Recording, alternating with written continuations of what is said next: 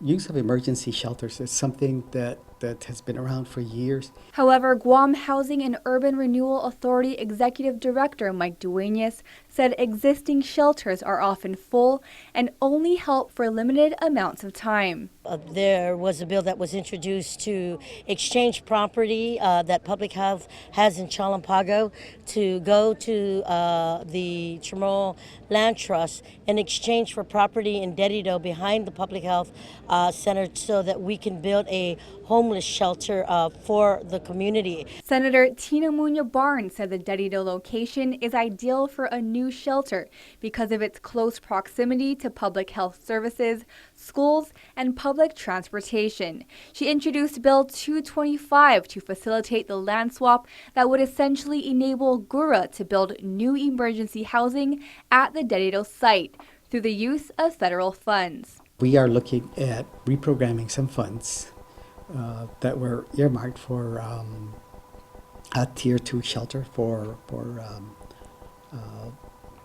disasters.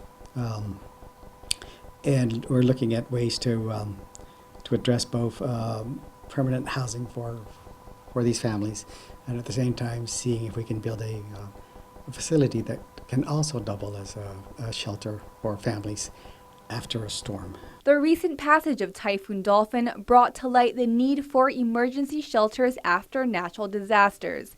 You may recall that hundreds were forced to stay in village gyms following the storm. What we see is a lot of the families that were out there after Typhoon Dolphin were living in substandard housing to begin with.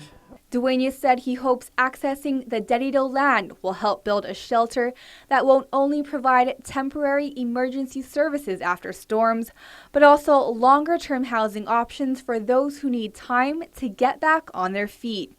He said the need for more public housing options is apparent as 100% of GURA's Section 8 program and 95% of its public housing units are currently being utilized.